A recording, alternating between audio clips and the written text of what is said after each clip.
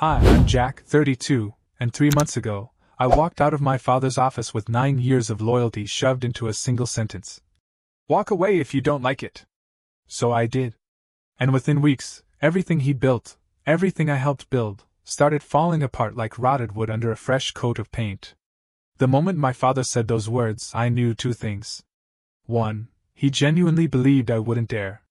2. He underestimated the storm he just summoned. Let's rewind. For almost a decade, I helped run my father's logistics company. I wasn't handed a title or a fast track to the top. I started in the warehouse. I did 4 a.m. inventory counts, drove busted trucks through snowstorms, and answered angry driver calls at midnight. I earned every inch of my reputation. Clients trusted me. Employees respected me. Hell, even the vending machine guy asked for my input before restocking. But then Brandon happened. My younger brother, 6 years my junior, with a shiny business degree and a resume thinner than a post-it note. The same brother who once called invoices grown-up receipts, and thought net 30 was a type of fishing line. And yet, out of nowhere, Dad announced Brandon would be taking over operations, while I would shift into some ill-defined strategic role. Translation: move over, Jack. Make room for the golden boy. At first, I tried to swallow it. Maybe I misunderstood. Maybe Dad had a plan I couldn't see yet. But then came the office repainting. The title stripped from my door gone. The access restrictions on my email. The client calls rerouted without explanation. It was like watching my identity get erased in real time, except I was still standing there, forced to smile and clap while it happened. Brandon strutted through the office like he'd won a raffle. Called meetings he didn't understand, printed business cards that said, Chief Visionary Officer, and asked interns if we sold freight by the gallon. I kid you not. And when he lost one of our oldest clients, a contract I personally kept alive through storms, budget cuts, and near strikes, he sent them a GIF apology. A GIF of a shrugging cartoon. The client called me directly, furious. I tried to fix it. I always did. But when I called Dad, still half hoping he'd do the right thing, all he said was, give him some slack. He's learning. Learning? I wasn't allowed to learn. I was expected to be perfect. I confronted him at our usual Greek lunch spot. He barely looked up from his lamb souvlaki. Maybe it's time to stand aside, he said. Let someone else take a shot. He didn't even say Brandon's name. That night, I stayed late in the office. Not working, just walking. My name had been scrubbed off everything but the memories. I touched the white boards where I'd mapped out emergency routes. Ran my fingers over the desks I'd assembled when we couldn't afford a furniture budget. I sat in the supply closet for 20 minutes staring at an old shipment log with my initials on every page. It wasn't grief. Not yet. Just the kind of hollow that precedes it. The final straw came on a Thursday. I walked into the break room and saw Brandon handing out cupcakes. Promotion cupcakes. Dad had officially made him chief of operations. My title. My role. My company. I didn't yell. I didn't throw a stapler or deliver a passionate monologue. I walked straight into my father's office and said, You didn't even look me in the eye when you replaced me. And he, calm as someone changing the thermostat, said, It would happen eventually. Better to tear the band-aid. So I did something that shocked even me. I said, Let me make this easy. And I resigned. Dad blinked like I'd just spoken Latin. Are you serious? I'm serious, I said. You told me I'd had my time. Fine. Enjoy the future. Then I walked out. No tears. No drama.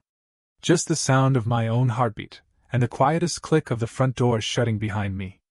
I didn't sleep that night. I didn't eat the next day. I just sat on the floor of my apartment staring at the ceiling and thinking, what now? 9 years of blood, sweat, and bone-deep loyalty. Gone in one sentence. But what my father didn't know, what Brandon couldn't have guessed, was that sometimes the best revenge doesn't come from retaliation. It comes from rebuilding. And I had just picked up the first brick. Rebuilding sounds romantic until you're knee-deep in doubt with a lukewarm coffee and no job title. The morning after I resigned, I sat at my kitchen table in sweats, laptop open, cursor blinking on a blank Word doc titled, Next. No plan. No saving strategy. Just me, silence, and the hum of an old fridge that sounded like it was mocking me. The first week I flailed. I applied to a few jobs half-heartedly. Logistics manager here. Operations consultant there. But every time I clicked submit, something in me winced. I wasn't ready to be someone else's backup plan. Not after what I'd built. Not after what I'd lost. On day 6, Tyler, our fleet supervisor, texted me. "Miss you around here, boss. It's chaos. Brandon sent trucks to the wrong state." I almost laughed. Almost. Then came Sophia from accounting. 3 invoices bounced. Brandon blamed the bank's vibes. I wish I were kidding. Olivia from customer service called just to say she missed our morning check-ins. Piece by piece, the cracks in my father's empire were showing. And every message felt like a breadcrumb. A trail leading me somewhere I didn't yet understand.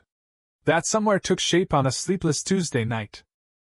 I was scrolling past a LinkedIn post about digital freight solutions, one of those bloated tech startups promising to redefine logistics, with emojis and AI buzzwords, when it hit me. Why not build something better? Not louder. Not flashier. Just smarter. So I started small. A basic LLC. I named it Forge Logistics.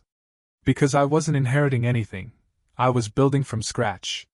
One client. One truck. One spreadsheet at a time. I called Claire Sullivan from Shannon Freight Lines first. The client Brandon lost with the GIF apology.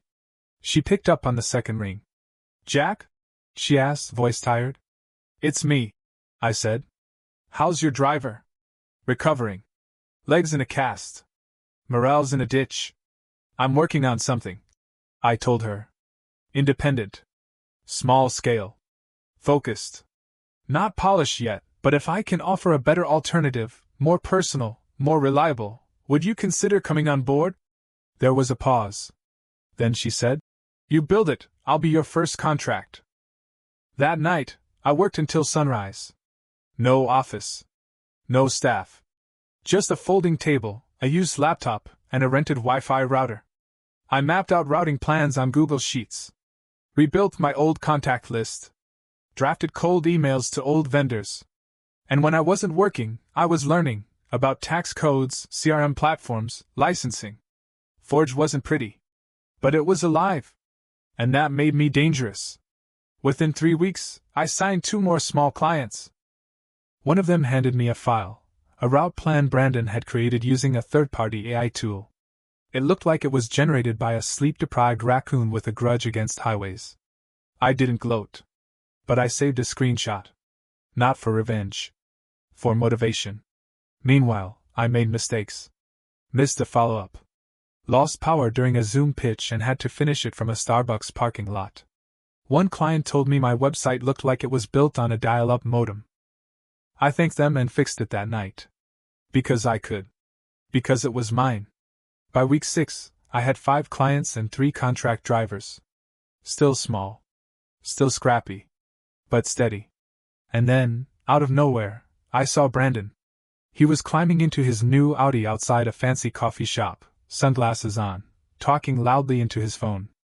I ducked behind a rack of dog treats inside a pet store and watched him for 30 seconds. And all I could think was, he still thinks he won. That's when I started my list. Not of people. Of pressure points. Old vendors Dad had ignored. Clients who'd left quietly. Drivers who felt disposable. I wasn't planning sabotage. I was planning proof. Proof that trust still mattered. That sweat equity counted. That competence would outlast charisma. And soon they'd see it. Not through press releases. But through the slow, undeniable weight of momentum. Things shifted fast after that list. Not in a lightning bolt way. In a fault line way, quiet, inevitable, building pressure beneath the surface until one day something snaps. That something snapped the morning I got a call from Sophia. "Jack," she said, no preamble. "Burwood Construction just pulled their contract." I stopped walking. "That's huge. That's 30% of Q2 revenue." "More like 40, she said. "They bundled the supply line contract with imported materials. Brandon promised them a fleet upgrade. Guess what he forgot to secure? A fleet, I said. Bingo. I rubbed my forehead. How's Dad taking it? Like it's someone else's fault, she said. Then her voice dropped. He's blaming me, said I overestimated the budget. He forwarded investors my summary, but stripped out the 3 emails where I warned him. You're kidding. I'm not. That was the click. The final snap of the tether. Brandon wasn't just a problem. He was a liability. And my father, whether through pride or delusion, had decided to go down with him. So I made a decision. This wasn't about surviving anymore. It was time to strike. Not with fire. Not with drama. With data. I reached out to Marco. Marco was the systems guy at the old company. Quiet, weirdly brilliant, always wore the same gray hoodie. I was one of the few people who ever brought him coffee during server updates. Not because I needed anything, but because he mattered. We weren't close, but we had trust. I messaged him. You free for a drink? He replied in 7 seconds. Only if it's dark and depressing. We met at a bar with too much wood paneling and not enough light. I slid a whiskey across the table. I need help, I said. Not sabotage. Just visibility. Anything you know, backups, audit logs, deleted email chains. I'm not asking you to steal. I'm asking you to remember. Marco sipped, shrugged. I don't have to remember. I archive everything. Even their mistakes. 3 days later, a file showed up in my inbox, lunch_me_notes. Zip. Inside? Gold. Email threads. Transaction logs. Screen grabs. One audio clip of Brandon berating a client for boomer logistics thinking. I didn't touch it. Not yet. Just knowing it existed gave me clarity. Next step, clients. I started slow. Quiet meetings. Coffee chats. No pitch. Just presence. Then came the break. Natalie Haynes, procurement lead at a mid-size agricultural chain, called me out of the blue. I heard you're not dead, she said. Is that true? So far. She explained her problem. Brandon promised 3-day feed delivery. It took 6. Then he told her she needed to adjust her paradigm. What does that even mean? She asked. It means he's drowning in pretending it's modern art. She laughed. Then, send me your rates. If you hit 5 days or better, you've got us. I delivered in 4. Sent personalized check-ins. Nailed the invoices. She was impressed. And she had friends. 3 more companies followed her lead. Word spread. Brandon didn't notice at first, too busy organizing an in-office ping-pong tournament and posting vague motivational quotes on LinkedIn. But Dad noticed. Because he called. Jack, he said, slow and careful. I hear you're working with several of our clients. They're not yours, I said. They're clients. They go where the service is. You're burning bridges. No. You burned them when you handed my job to a slogan in sneakers. I'm just walking away from the smoke. That was the first time he didn't argue. He just sighed. I never meant it to be like this. Then you shouldn't have lit the match. After that, I kicked things into high gear. Upgraded the Forge website. Hired 2 virtual assistants. Paid my drivers better than market average and called them partners, not resources. Then I called in my one favor. A local business podcast had owed me a guest spot for 2 years. I pitched them a story. A son who left the family business to build something better. We recorded in 1 take. I never said a name. Never dragged anyone. I just told the truth. That leadership isn't inherited. That loyalty isn't ownership. That respect doesn't come with a title. The episode dropped on a Friday. By Monday, I had 70 new inquiries. Forge Logistics was no longer a scrappy maybe. We were a threat. Tuesday morning I got the call. Jack, said the voice on the line, gravelly, annoyed, and familiar. It was Peter Caldwell, one of our old investors. The same guy who once said, "You don't need PowerPoint when your numbers talk." I've got a question, he said. Why am I hearing about fraud at a quarterly review instead of from your father? I sat down, heart hammering. Fraud? Fudged emails. Broken contracts. I just got a folder, With your name on it. The file Marco sent me. I had forwarded it the night before, labeled with one sentence. If your money's still tied up over there, you might want to look at this. You're doing this? Peter asked, not angry. Curious. I'm doing what they didn't, I said. Protecting the truth. He exhaled. We're calling an emergency audit. You won't be involved? Nope. Good, he said. Keep it that way. Let the storm come from the inside. That storm hit by Thursday. 3 senior employees resigned in one morning. Brandon posted some chirpy status about restructuring with heart, followed by a quote from Steve Jobs that made no sense. 2 more clients jumped ship. Then came the board meeting. Sophia was there. She texted me after. 4-1 vote. Brandon's out. I stared at the message. Not in shock. Just in recognition. Because I knew the one vote that was for Brandon. Dad. Still loyal to the dream, even if it was already on fire. But it didn't end there. 3 days later, Brandon stormed into my office. Forge's office. The real one. Not a folding table anymore. Whiteboards. Laptops. Coffee that didn't taste like failure. He burst through the glass door like a sitcom meltdown. Face red, sunglasses shoved onto his forehead, shouting. You think you've won? My team paused mid-call. Even the office dog tilted its head. I led Brandon into the hall. Closed the door behind us. You think this is yours? He hissed. This isn't over. I looked at him. This man-child in designer shoes. The kid who thought operations was a playlist and leadership was cupcakes. I said, calm as ever. I don't think I won. I built something that works. You flailed your way into a job you couldn't hold for a year. I'm not the villain here. You just finally ran out of cover. You sabotaged me. No, I said. You sabotaged yourself. I just stopped saving you. He blinked. Tried to speak. Couldn't. I turned around and walked away, leaving him standing in a corridor that wasn't his. The fallout rolled in fast. Audit results were shared with the remaining investors. Lawsuits were filed. 2 vendors backed out. 1 publicly cited leadership instability. Brandon's company, Dad's company, was bleeding. Staff was reduced to a skeleton crew. Eventually, they closed. No announcement. No headline. Just a business that quietly collapsed under the weight of mismanagement and pride. I didn't celebrate.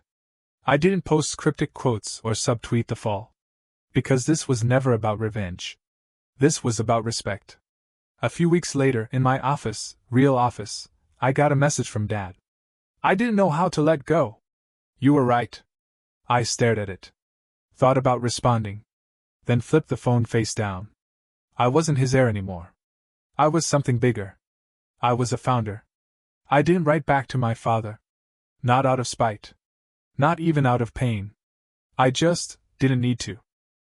His message wasn't closure. It was a footnote. 2 days later, I stood in the Forge Logistics office. Real walls, real team, actual espresso machine. My name on the door, not because I inherited it, but because I earned it. And yet, something in me needed to mark the moment. So I pulled a box from the shelf. It was labeled. Then. Inside were pieces from the last 9 years. My old nameplate. A pen that never worked right but I'd refused to toss. A printout of the Shannon freight deal, my first solo win. A photo of me and Tyler beside the first truck we'd paid off, grinning like fools in reflective vests. I took one last item out of my pocket, a business card. Brandon Ellis, Chief of Operations. I'd found it wedged behind a drawer while packing. I stared at it for a long second, then flipped it over and scribbled something on the back in black sharp. Experiences earned, not assigned. Then I dropped it into the box, sealed it, and wrote one final word across the top. Archive. Later that week, I visited my parents. I didn't go as the bitter son or the rebel who won. I went as a man with a full life. Mom opened the door with a cautious smile. She looked older. Tired in the way people do when the storm has finally passed, and they're still checking the sky. Dad sat in his armchair, newspaper in lap, TV on mute. He didn't stand. Just said, "Coffee?" We drank in silence. Finally, he spoke. "It's all gone. The company. I nodded. I know. He looked down. I should have seen it. I didn't correct him. I didn't offer comfort. I just let the silence speak. You were right, he said after a while. He wasn't ready. I was, I replied. But you weren't ready to let me be. That landed. He didn't argue. Instead, he asked, What now? I finished my coffee, set the cup down, then said what I came to say. I'm not here to rebuild that. I'm here to offer something else. He looked up. Thanksgiving, I said. Come to mine. My team's hosting it for clients and drivers. Bring Mom. Bring nothing else. He blinked. You want us there?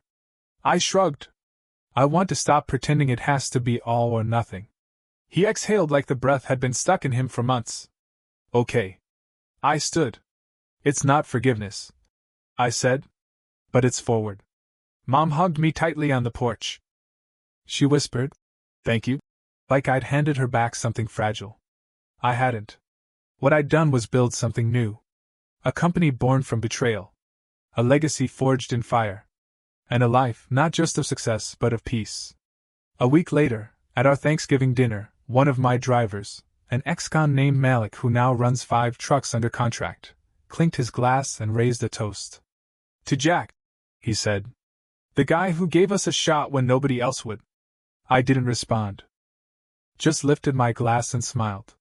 Because sometimes, the loudest revenge is living a life so steady, so honest, so yours, the people who once dismissed you have no choice but to sit and watch. Not out of envy, but out of awe.